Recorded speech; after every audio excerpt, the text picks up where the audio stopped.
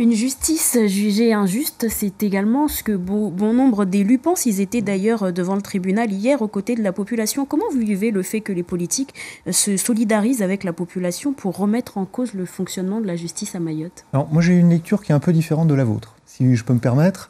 Moi, hier, j'ai reçu immédiatement une délégation qui a mis un peu de temps à se constituer. Je l'ai reçue avec le président du conseil départemental et le maire de Mamoudzou. Nous avons pu, dans mon bureau, nous étions une dizaine, avoir un dialogue constructif. Ils m'ont fait part d'un certain nombre de difficultés qu'ils avaient de compréhension d'un certain nombre de décisions de justice. Ils m'ont fait part des améliorations qu'ils jugeaient utiles dans le fonctionnement judiciaire, des pistes à examiner, mais dans le même temps, ils ont aussi convenu qu'il y avait des choses qui fonctionnaient, des améliorations qui étaient notables, et que l'objectif, à l'issue de la réunion d'hier, c'était que l'on poursuive le dialogue dans la confiance et de manière assez sereine. Et quelles sont ces pistes à examiner? Alors, on m'a demandé si j'acceptais de participer ce matin à une nouvelle réunion au sein du conseil départemental où on pourrait échanger de manière constructive avec les forces vives et d'autres élus du conseil départemental, des maires. J'ai accepté, bien évidemment, parce que pour moi, l'essentiel, c'est qu'il n'y ait pas de rupture de dialogue et qu'on continue à avancer et que moi, je puisse justifier l'action judiciaire. Et on a abordé ce matin, de manière assez paisible, mais en allant au fond des choses, pendant presque 3 heures, différents sujets, et j'ai essayé de répondre au mieux aux questions qui m'étaient posées. Et ces questions étaient multiples. C'était des questions qui tenaient d'abord à l'organisation judiciaire. Il y a eu des engagements qui ont été pris par Paris au sujet de la création d'une cité judiciaire, éventuellement d'un nouveau centre de détention, d'un centre éducatif fermé. Il y a des attentes et on m'a demandé de confirmer tous ces éléments, toutes ces créations. Est-ce que c'est la solution pour vous, ce nouveau centre? Parce que finalement, la délinquance explose. Donc un nouveau centre qui sera, dès les premiers mois, déjà rempli. Ce n'est pas que la solution, mais on n'a pas une solution. Il va falloir multiplier les actions pour pouvoir répondre aux attentes des Mahorais en matière de justice. Et puis j'ai essayé de répondre aussi à d'autres interrogations qui étaient exprimées sur le sens de la justice, la notion de légitime défense, sur la notion du terrorisme. On a essayé Justement, en matière de légitime défense, une vidéo a largement circulé sur les réseaux sociaux ces dernières semaines. On y voit un conducteur faire face à des jeunes assez déterminés. L'un d'eux lui jette à plusieurs reprises une bouteille de gaz. Qu'est-ce qu'on doit faire dans ce cas-là? Foncer, reculer? Vous, par exemple, vous auriez fait quoi? Je ne sais pas ce que j'aurais fait.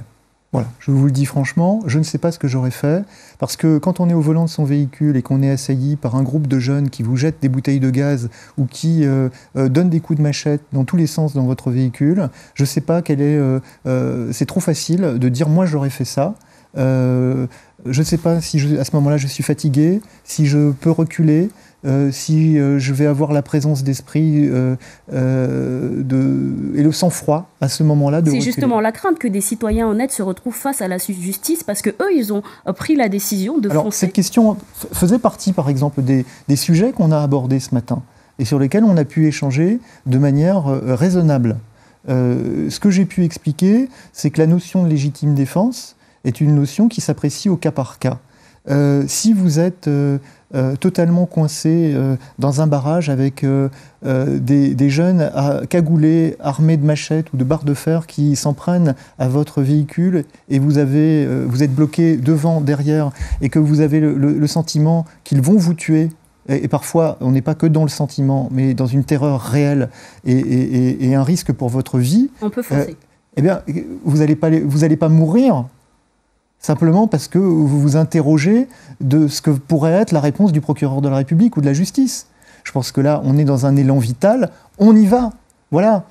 Mais toute la difficulté de la question et de ma réponse, c'est que je ne voudrais pas donner l'impression que je donne un quitus aujourd'hui à quiconque au volant de son véhicule, dès qu'il voit un barrage, de foncer dans le barrage au motif qu'il avait peur sans qu'on regarde précisément, situation par situation, s'il avait la possibilité de ne pas aller jusqu'au barrage, éventuellement de reculer. L'exemple que vous prenez de cet automobiliste qui voit son véhicule abîmé et qui doit être terrorisé, je l'imagine, au volant de son véhicule parce qu'on jette des bouteilles de gaz sur sa voiture, qu'est-ce qu'il a fait, ce conducteur ? Il a reculé. Voilà. Alors, je me serais interrogé s'il avait été de l'avant. Mais là, il a reculé, donc la question ne se pose même pas. Il a eu un comportement automobiliste raisonnable. Yann Lebry, la justice est indépendante. Pourtant, à Mayotte, les magistrats ont fait quelque part de la politique, notamment en se positionnant contre l'opération Wambouchou. Est-ce que ça ne décrédibilise pas l'institution ? Alors, je vais... on va dire que je suis normand par ma réponse, mais pourtant je ne le suis pas. Ce que je peux dire, c'est que les magistrats doivent rester neutres et indépendants. Les magistrats prennent des décisions et en moyenne, 50% des gens qui font l'objet d'une décision judiciaire ils sont mécontents. Voilà. Et quel que soit le type de décision. Dans le cadre de l'opération Wambouchou, peut-être qu'un certain nombre de décisions ont été prises qui ont déplu. Je le rappelle, je n'ai pas à commenter le fond de la décision. Celui qui est mécontent d'une décision judiciaire, il fait appel de cette décision judiciaire.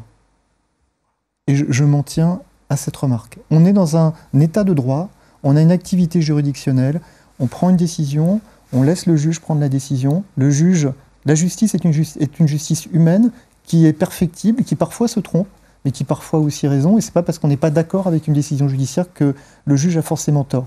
Et l'intérêt de tout ça, c'est que si on n'est pas content d'une décision, on a un échelon supérieur qui est la chambre d'appel à Mayotte, qui permet de réexaminer le dossier. Ce sera le mot de la fin. Merci beaucoup Yann Lebry d'avoir été avec nous ce soir. Et